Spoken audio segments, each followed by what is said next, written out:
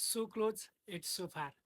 आज पनि अब अघिल्लो वर्ल्ड कपको साउथ अफ्रिकासँगको गेमको याद आयो र आजको गेममा पनि नेपाल 4 रनले हार्न पुग्यो इङ्ल्यान्डसँग।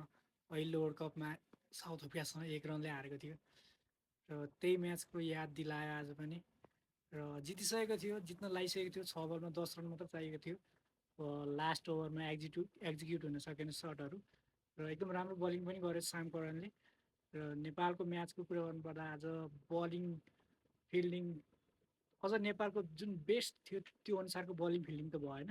तैपनि इङ्ल्यान्डको टिमलाई 185मा वाङकाडे स्टेडियममा रोक्नु भनेको, 184मा रोक्नु भनेको एकदम राम्रो मानिन्छ।